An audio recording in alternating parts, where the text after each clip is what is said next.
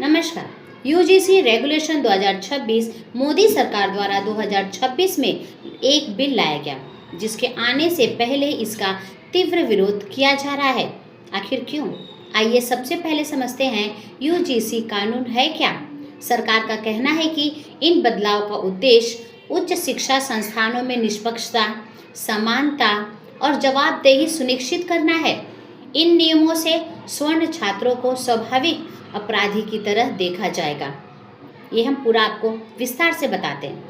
इस नियम को अपोज पूरी जनरल कैटेगरी कर रही है, और अगर इन्होंने नियम वापस ले लिए तो भैया फिर रिजर्व कैटेगरी वाले बवाल करेंगे। मतलब भैया आगे को आप पीछे खाई। इसलिए जनरल कैटेगरी वाले लोग ये समझ रहे हैं कि ये यूजीसी का बिल तो जनरल कैटेगरी वालों को डायरेक्टली दोषी बता रहा है, क्योंकि अगर इनके खिलाफ किसी SC ST के बंदे ने गलत कंप्लेन भी कर दी ना तो भैया ये सीधे जेल में जाएंगे, सीधे 3 साल की जेल। और वो इसलिए क्योंकि लोग ये समझ रहे हैं कि इस यूजीसी नियम के बाद जो कॉलेजेस के अंदर कमेटी बनेगी ना सजा सुनाने के लिए, तो भैया वो उसमें सब रिजर्व कैटेगरी के बंदे बैठे। यूजीसी 2026 के रूल्स में वही बात बोल रहे हैं कि इक्वालिटी को प्रमोट करना है हायर एजुकेशन इंस्टीट्यूशन में, और भैया कास्ट डिस्क्रिमिनेशन को पूरी तरीके से खत्म करना। और आपको पता है ये रूल्स हर कम्युनिटी को प्रोटेक्ट करते हैं, SC ST OBC women PWD even EWS जो जनरल कैटेगरी के लोग होते हैं उनको भी। बस इस बार यूजीसी ने इस नियम में एक पावर ये डाली है कि जो इक्वल अपॉर्चुनिटी सेंटर हर कॉलेजेस में बनते हैं ना वो मैंडेटरी कर दिए अब, और उनकी विजिलेंस पावर बढ़ा दिया ताकि हर केस रिपोर्ट हो और उसका रिजोल्यूशन भी तुरंत निकले। लेकिन सबसे बड़ी कंट्रोवर्सी चल रही है इस इक्वल अपॉर्चुनिटी सेंटर की इक्विटी कमेटी को लेकर, जो कंप्लेन के ऊपर अपना फैसला सुनाती है। इसी को लेकर लोग बोल रहे हैं कि इसमें सारे बंदे तो रिजर्व कैटेगरी के बैठे हुए हैं, वो जनरल कैटेगरी वालों के ऊपर ही फैसला सुनाएंगे सीधा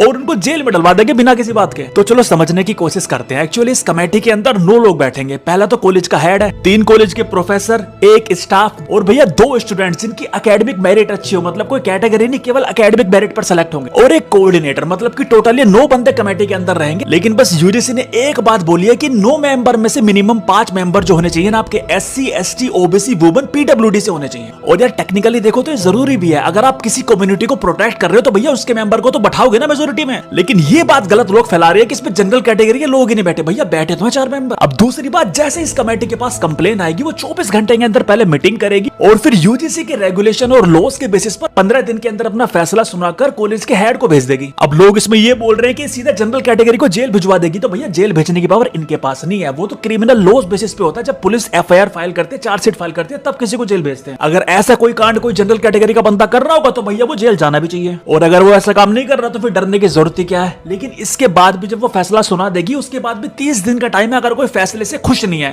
क्योंकि वो 30 दिन के अंदर अपील फाइल कर सकता है ओम्बड्सपर्सन के साथ, ये भी सुविधा दी गई है। और ऐसा नहीं है किसी भी कैटेगरी के बंदे पर गलत सजा सुना दी, भैया प्रॉपर कमेटी बैठेगी, चर्चा होगी, प्रूफ देखे जाएंगे, हर चीज वेरीफाई होगी, उसके बाद ही तो सजा सुनाई जाएगी ना। अब मैंने